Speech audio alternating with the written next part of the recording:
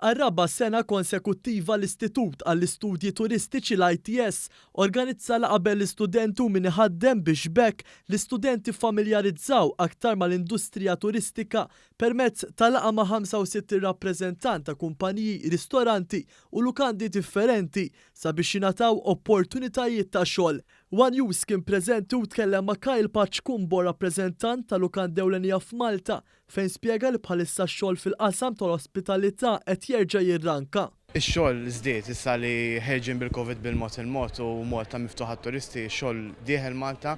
We're very lucky to be the leading luxury hotel on the island u biex inkunu nistgħu nagħtu da servizz aħna bżonn l-impjegati.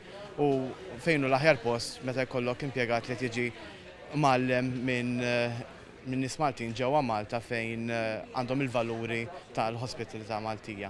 Fost l-istudenti li attendew kien hemm Timothy Xikluna, student tat-tieni sena tal-ITS li saħaq kif din l-attività tgħinhom bil-kbir isibu x-xogħlijiet fis-sajf. Aħna bħala studenti tal-ITS fis-sajf għandna bżonn nagħmlu il-40-hour work experience. U xogħol hekk issibu hekk minn qabel.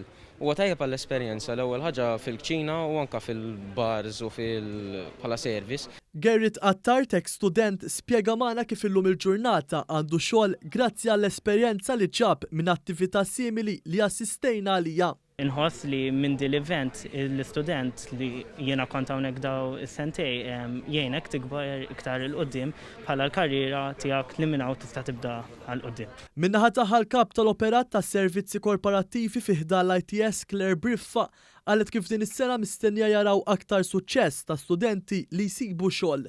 Din hija raba darba li qegħdin nagħmlu din l-industry meetup. Kull sena l-istudenti tagħna prattikalment kollha jsibu xogħol, parti minnu jkun minn dan il-meetup u dis-sena qed nistennew ukoll iżjed suċċess minħabba l-konkurrenza kbira li kellna mill-industrija.